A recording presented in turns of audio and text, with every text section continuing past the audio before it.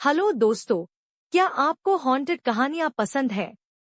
अगर हाँ, तो तैयार रहिए, क्योंकि ये कहानियां आपके दिल और दिमाग में डर उतारने वाली है।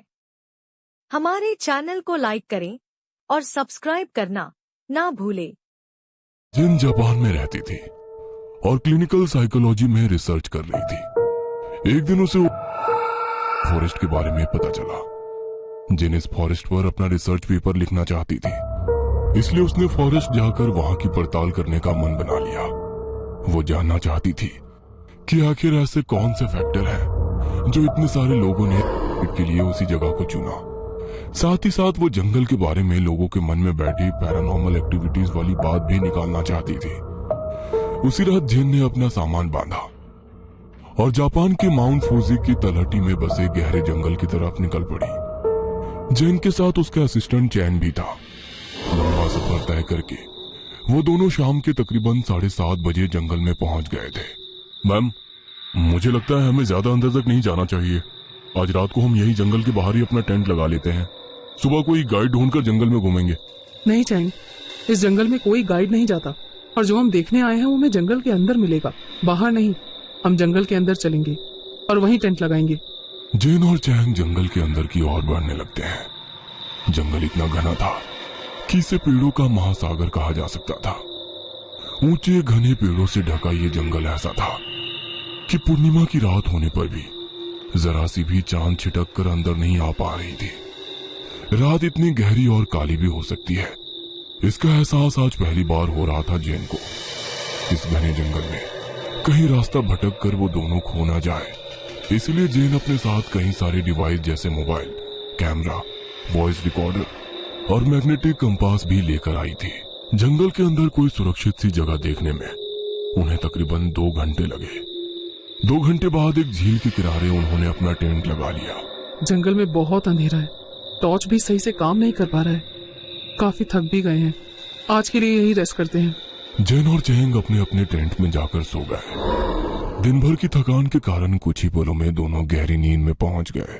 कुछ देर बाद जैन को ऐसा लगा जैसे वो कहीं खींची चली जा रही है। कोई शक्ति उसे सम्मोहित कर अपनी ओर खींच रही हो मानो। अंधेरे रास्ते पर अपनी पलकों को बिना झपकाए वो आगे बढ़ती जा रही थी। कुछ देर में वो किसी दलदल नुमा जगह पर पहुंच गई थी।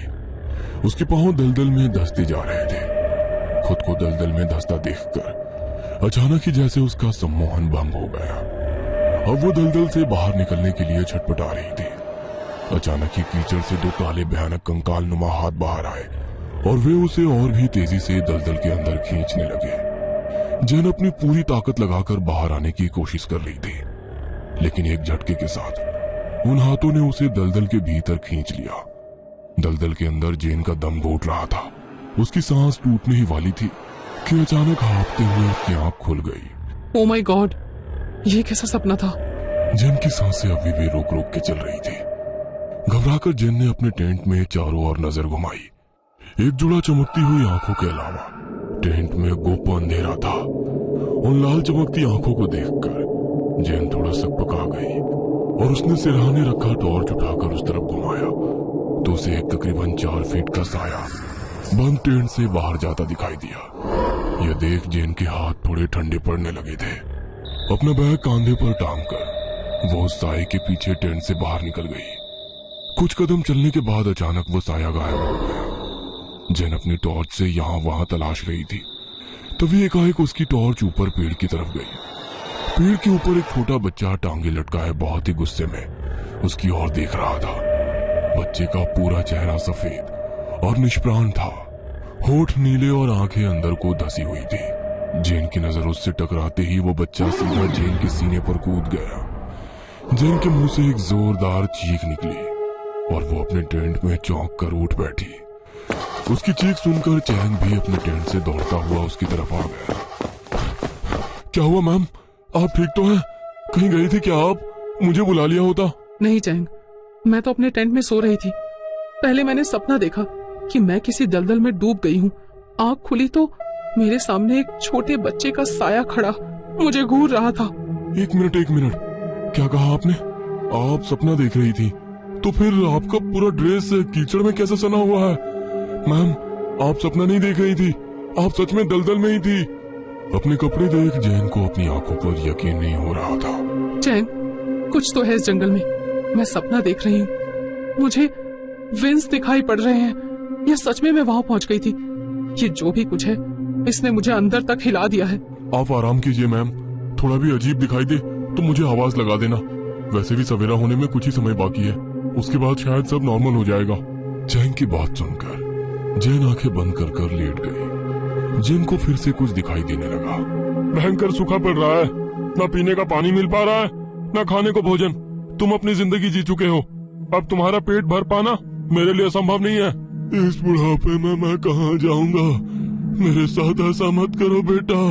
तुम अकेले नहीं जाओगे, गांव के सारे बूढ़े एक साथ जंगल जाएंगे। वहाँ पर जो भी रूखा सूखा मिले उसी से तुम अपना गुजारा करना। थक चुके हैं हम तुम्हारा बोझ उठाते उठाते। नहीं नहीं, वो तो घना जंगल है, उसमें कोई जंगली जानवर भी नहीं है, वहाँ कोई जीवित नहीं रह सकता। उनकी दर्द भरी पुकार को नजरअंदाज करके गांव के लोग बूढ़ों को एक साथ जंगल में छोड़ देते हैं। इस जंगल का ना अंत समझ में आता था, ना आदि। वे सभी भूखे प्यासे 3 महीने हफ्तों तक यहाँ वहाँ भटकते रहे।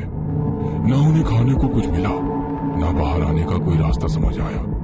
इन्हीं पेड़ों के आगे पीछे घूमते हुए रोते बिलखते उन्होंने एक एक करके अपने प्राण त्याग दिए। मैम उठिए, सुबह हो गई। चैंग, ये फॉरेस्ट मुझसे बात कर रहा है। ये क्या कह रही हो आप?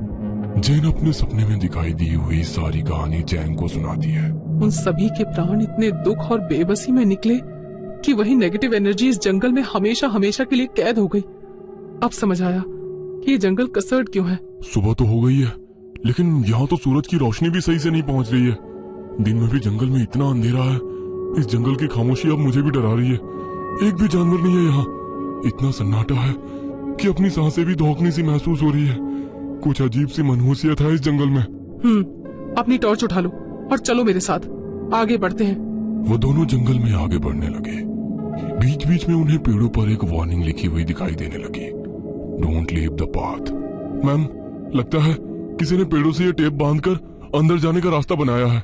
चैंग और जैन टेप से बने रास्ते पर आगे बढ़ने लगते हैं। चैंग, कैमरा निकालो, वो देखो, वहाँ कोई डेड बॉडी है शायद।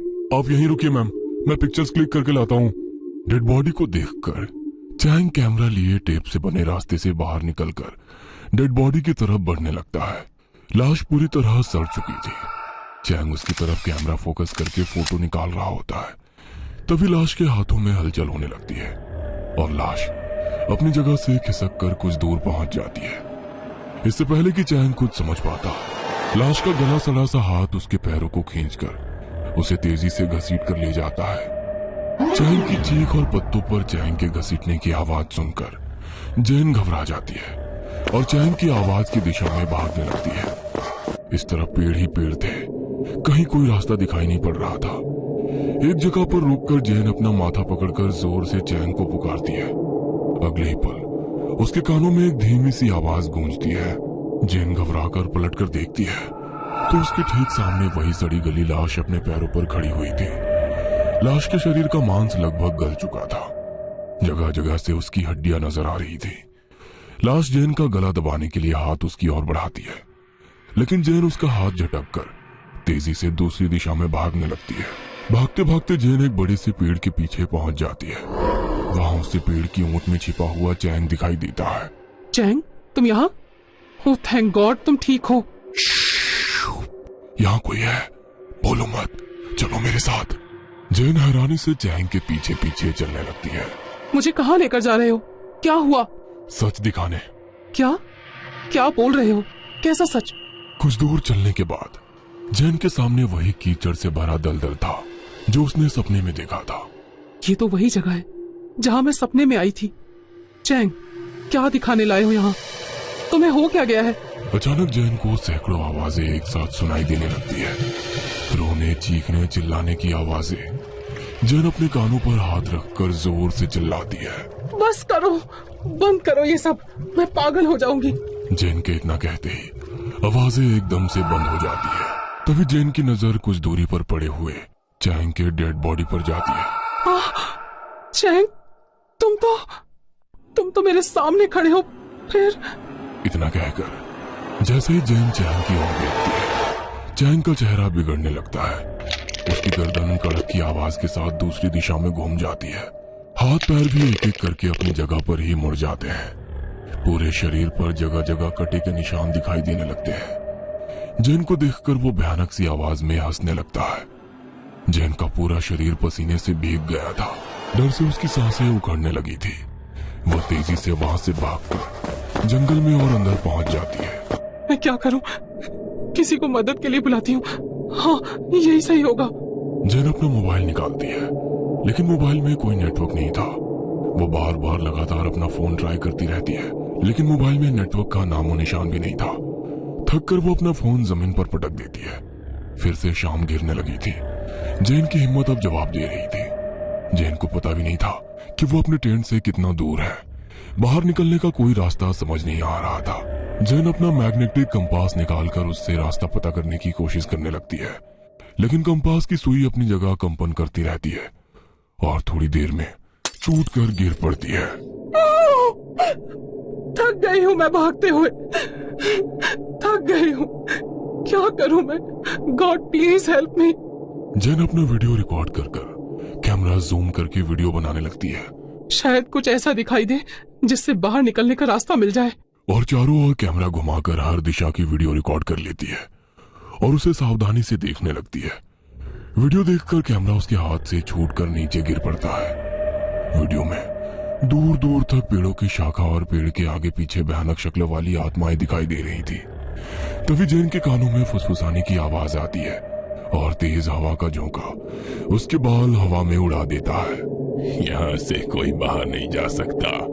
जैन, आ जाओ हमारे साथ। नहीं, छोड़ दो मुझे, छोड़ दो। अगले ही पल पेड़ की एक ऊंची सी डाल पर अपने आप फांसी का फंदा बनने लगता है और जैन हवा में ऊपर उठते हुए उस फंदे तक पहुंच जाती है। मैं मरना नहीं चाहती। छोड़ दो मुझे, छोड़ दो। मैं मरना नहीं चाहती। जैन चीखती रहती है, लेकिन वो अदृश्य ताकत जैन को फंदे से लटका देती है। एक आखिरी चीख के साथ सब कुछ शांत हो जाता है और कुछ ही मिनटों में जैन का मृत शरीर फंदे से झूलने लगता है। पुलिस के आंकड़ों में फॉरेस्ट के नाम 2 और आत्महत्या दर्ज हो गई थी। कहते हैं जापान के इस जंगल में हर साल तकरीबन 200 लोग कर लेते हैं। क्या आप भी यह जंगल देखना